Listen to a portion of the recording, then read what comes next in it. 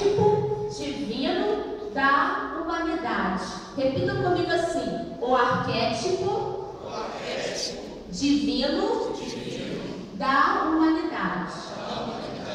Arquétipo significa padrão. Então nós vamos ver qual é o padrão divino da humanidade.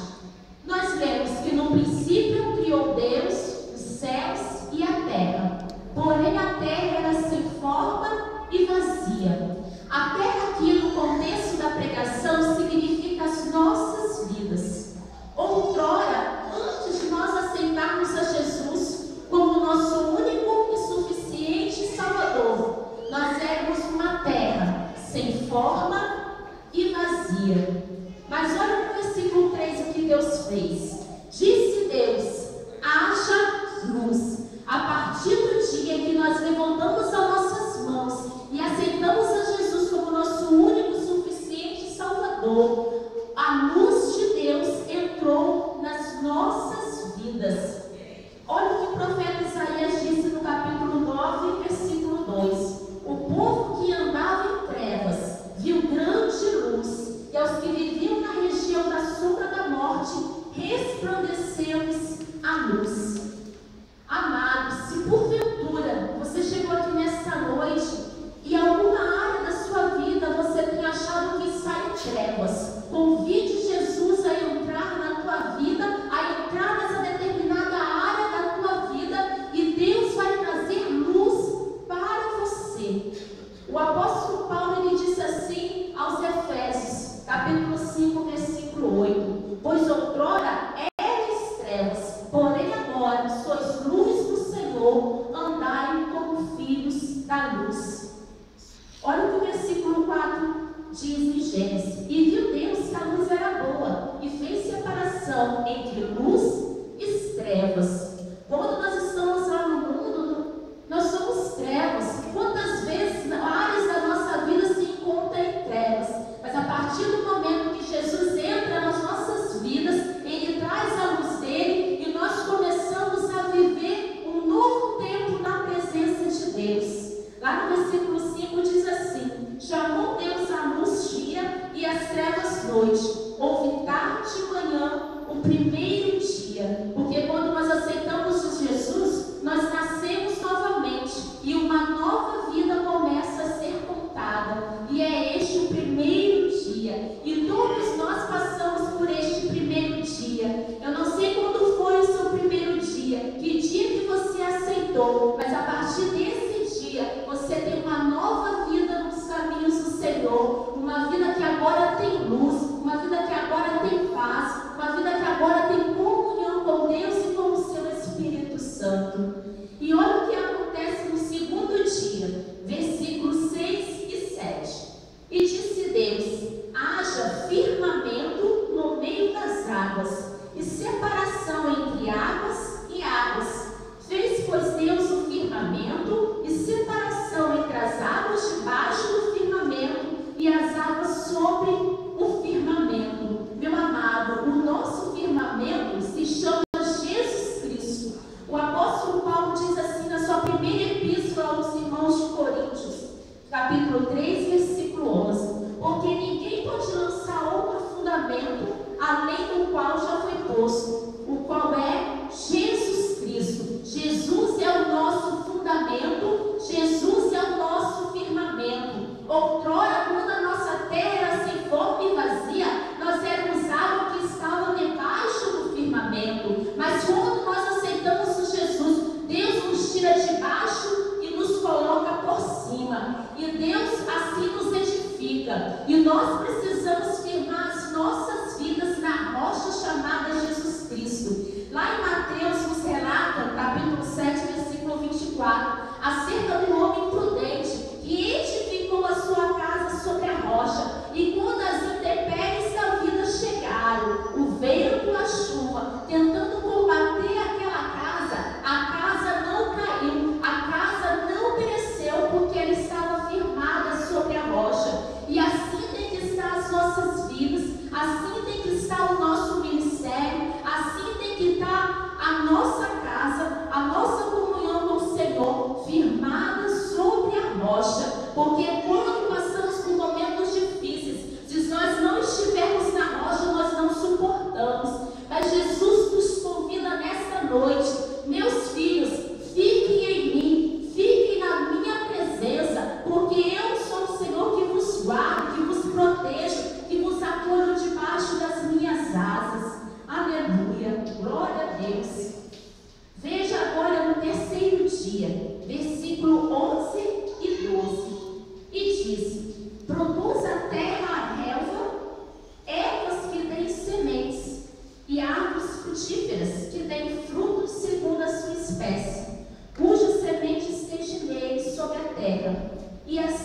fez. A terra, pois, produziu relva, ervas que davam semente segundo a sua espécie, e árvores que davam fruto, cuja semente estava nele, conforme a sua espécie. E viu Deus que isto era bom. Então, no terceiro dia, Deus mandou a terra produzir semente e árvores frutíferas. Jesus nos deixou uma grande ordem: ide por todo o mundo, pregai o evangelho a toda criatura. O Senhor nos convida nessa noite a frutificar. Meu amado, se você já tem a salvação de Deus, convide a outros para também estar com você na presença do Senhor, que nós possamos levar também conosco ao céu os nossos familiares, os nossos colegas, os nossos amigos, que nós possamos nos dispor ao Senhor para frutificar. E Deus quer frutificar o nosso ministério,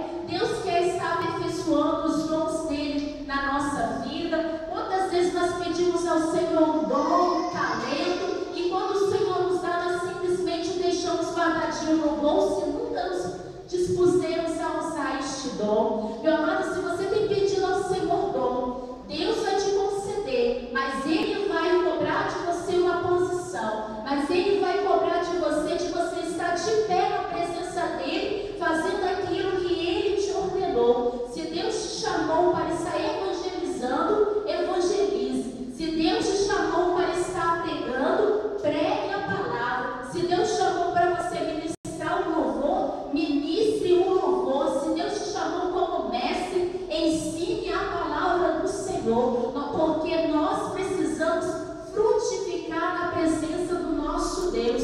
A seara é grande, poucos ceifeiros, e Deus está contando com você, Deus está contando comigo, Deus está contando com a nossa igreja para levarmos o ídolo do Senhor. Aleluia, glória a Deus. Aleluia, Jesus. E no quarto dia, veja o que Deus criou, versículo 14 e 15. Disse também Deus: haja luzeiros no firmamento dos céus, para fazerem separação entre o dia e a noite, e sejam eles para sinais, para as estações, para dias e anos, e sejam para luzeiros no firmamento dos céus, para alumiar a terra, e assim se fez. Aleluia. O apóstolo Paulo, ele ainda nos diz uma palavra muito interessante que se encontra lá em Filipenses 2, 14 e 15. Disse assim: fazei tudo sem murmurações e contendas, para que vos torneis irrepreensíveis e sinceros, filhos de Deus, inculpáveis no meio de uma geração pervertida e corrupta, do qual resplandeceis como luzeiros no mundo. Veja que no quarto dia Deus criou luzeiros no mundo, e esse luzeiro é você e eu. Nós somos luzeiros do Senhor neste mundo, em meio a uma geração pervertida e corrupta. Nós precisamos resplandecer como luzeiros do Senhor. Lá no seu trabalho, você precisa ser luzeiro. Não é porque lá no seu trabalho todo mundo faz algo errado que você tem que fazer. Aliás, você não é todo mundo. A palavra do Senhor nos garante que nós somos geração eleita, sacerdócio real, nação santa, povo adquirido. Não é porque lá na sua escola todo mundo cola, porque senão não sai da escola, que você também tem que colar. Porque você é separado do Senhor. Você é geração escolhida, nação santa de Deus. E a nossa conduta precisa ser diferenciada onde nós estivermos. As pessoas de fora estão olhando para você. Eles veem você como servo de Deus. Eles estão esperando você fazer alguma coisa errada para eles te apontar. O apóstolo Paulo nos diz que nós somos a carta escrita e lida por todos os homens. Todos os dias alguém nos lê. Todos os dias alguém está nos observando a sua conduta, observando a sua postura, observando qual atitude que você toma em meio às circunstâncias, observando o que você fala, o que você olha, como é o seu procedimento. O mundo não nos dá descanso, não. Todos os dias, em todo o tempo, eles estão nos vigiando. E nós precisamos resplandecer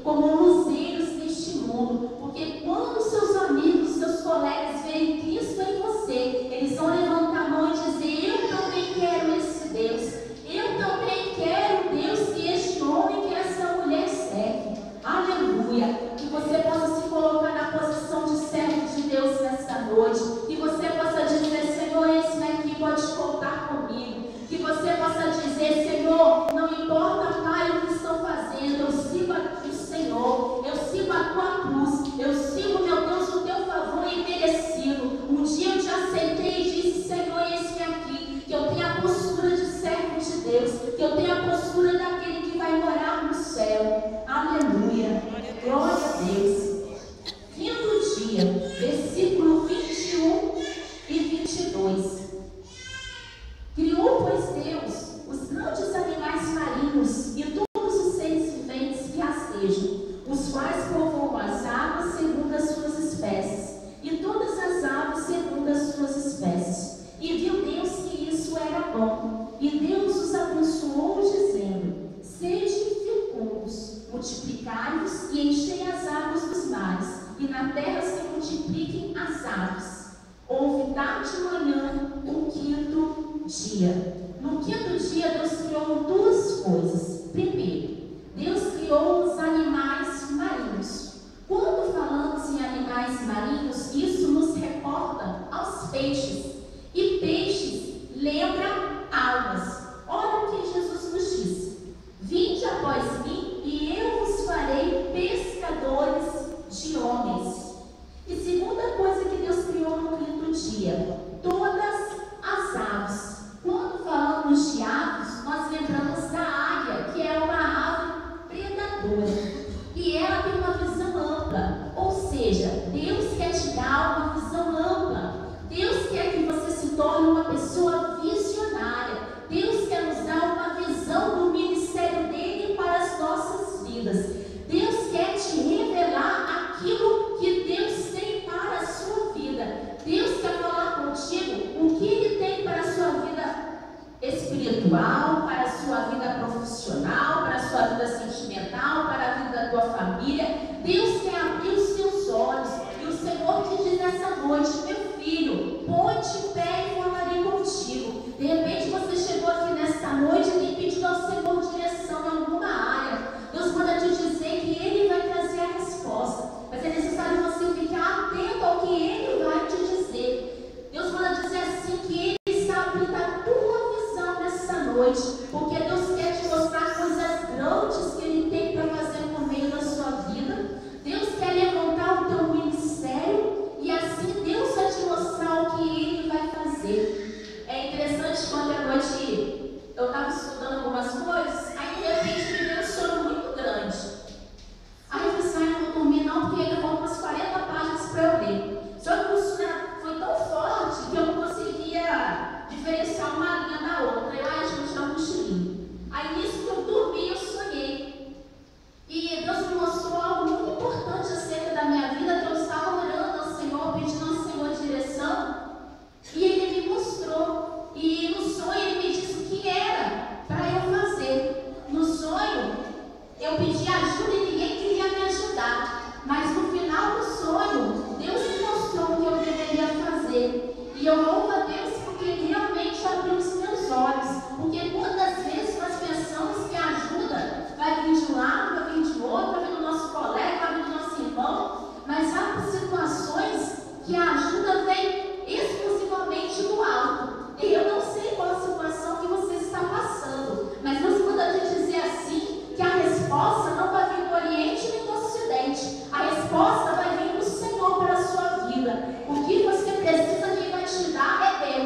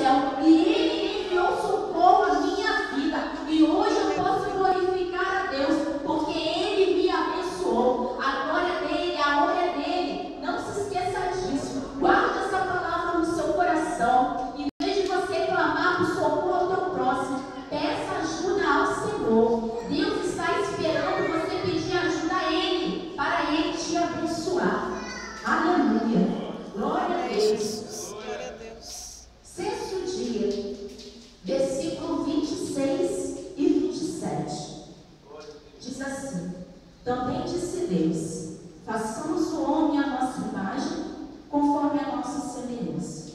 Tenha ele domínio sobre os peixes do mar, sobre as aves do céu, sobre os animais domésticos, sobre toda a terra, e sobre todos os répteis que estejam pela terra. Criou Deus, pois, o homem à sua imagem, a imagem de Deus os criou, homem e mulher. Então, no sexto dia, Deus criou o homem. É engraçado quando o casal está aguardando a chegada de um bebê, durante a gestação, com certeza eles conversam. Ah, será que o bebê vai puxar quem? Aí pensa, o cabelo da mãe, os olhos do pai, a altura do pai, o jeito da mãe, e fica planejando. E quando o neném nasce, nós podemos ver quem o bebê puxou. Ah, puxou o pai, puxou a mãe. E nós, como filhos de Deus, nós precisamos também puxar as características do nosso Deus. Nós também precisamos puxar os atributos do nosso Pai. E como exemplo, podemos citar o fruto do Espírito, que se encontra lá em Gálatas 5:22, que é o amor, a paz, a longanimidade, o gozo, benignidade, bondade, fé, mansidão, temperança. Quantas vezes, em algumas circunstâncias da vida, nós precisamos ter esses atributos e nos falta no momento. Às vezes é o momento de sermos orgânicos, em vez de nós permanecermos quietos, queremos falar. Às vezes é o momento de usarmos de amor com o nosso próximo. Não, queremos lá e alfinetar. Mas nesta noite Deus te desperta, meu filho, busque as minhas características, busque o meu amor, a fé, a mansidão. Quantas vezes a pessoa está disposta a encarar uma briga, não quer nem conversar? Meu pavio é curto. Não, tem que ser longo. Precisamos ser misericordiosos, tolerantes, porque senão a gente não consegue viver em família, porque senão a gente não consegue viver o nosso trabalho. E toda vez que nós somos implacáveis, os únicos prejudicados somos nós mesmos. Quando falta em nós a mansidão, sabe quem se dá mal no final da história? Nós mesmos. Quantas vezes ocorre a situação, se a gente tivesse ficado de boca fechada, tinha evitado uma série de problemas, de desgosto, de inimizades. Aí fica um de mal com o outro, de cara fechada. Mas que você possa pedir ao Senhor: Deus, ministra a mansidão na minha vida, ministra a paz, a longanimidade, me ajuda na hora da adversidade. Eu tenho em meus lábios uma palavra do alto, não uma palavra que o mundo tem, mas uma palavra que promove edificação àquele que eu vai ouvir. Aleluia! Nós precisamos buscar isso da parte de Deus. Senhor, coloque em meus lábios uma palavra de sabedoria. Senhor, coloque em meus lábios uma palavra que se torne irresistível àquele que está esperando ouvir algo de mim. Porque Deus quer nos conceder, mas nós precisamos buscar, nós precisamos pedir isso ao Senhor. E ainda no sexto dia, no versículo 26, diz assim: que o homem terá domínio sobre os peixes do mar. Foi dito que peixe representa alma. Logo, significa aptidão para evangelização. Segundo, domínio sobre as aves do céu. Agora que o Senhor quer nos tornar e nos tornou pessoas visionárias, nós teremos domínio sobre aquilo que nós queremos para as nossas vidas. Terceiro, domínio sobre toda a terra. Nós agora somos uma terra vinda do Senhor, abençoada por Deus, e assim nós temos controle e domínio sobre nossas vontades e sobre nossas condutas. Aleluia. Glória a Deus. Aleluia, Jesus. Sétimo dia. Gênesis capítulo 2, versículo 1 e 2. Assim, pois, foram acabados os céus, a terra e todo o seu exército. E havendo Deus terminado no dia 7º a sua obra que fizera, descansou nesse dia de toda a sua obra que tinha feito. Versículo 3. E abençoou Deus no dia 7º e o santificou, porque nele descansou de toda a obra que como Criador fizera. Meu amado, Deus sua obra e ele descansou neste dia. Sabe quando que nós vamos descansar? Na eternidade com o Senhor. Sabe por quê? Olha o que está escrito lá em Apocalipse capítulo 21, versículo 4.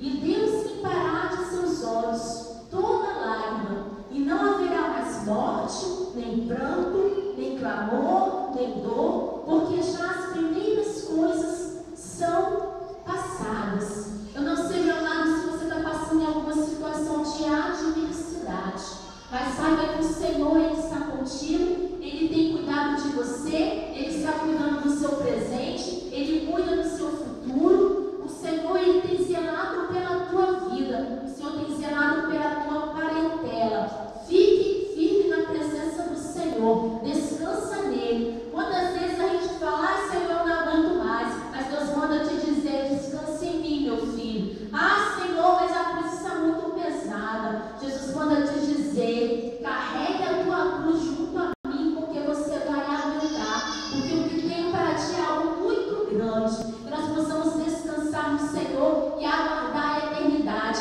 porque lá no céu, para onde nós vamos, não haverá dor, nem pranto, não haverá lágrimas. Aleluia. Lá em Gênesis capítulo 2, versículo 7, nos diz assim: então formou o Senhor Deus ao homem do pó da terra, ele soprou nas narinas o fôlego de vida, e o homem passou a ser alma vivente. Repita comigo assim: fôlego de vida. Fôlego de vida.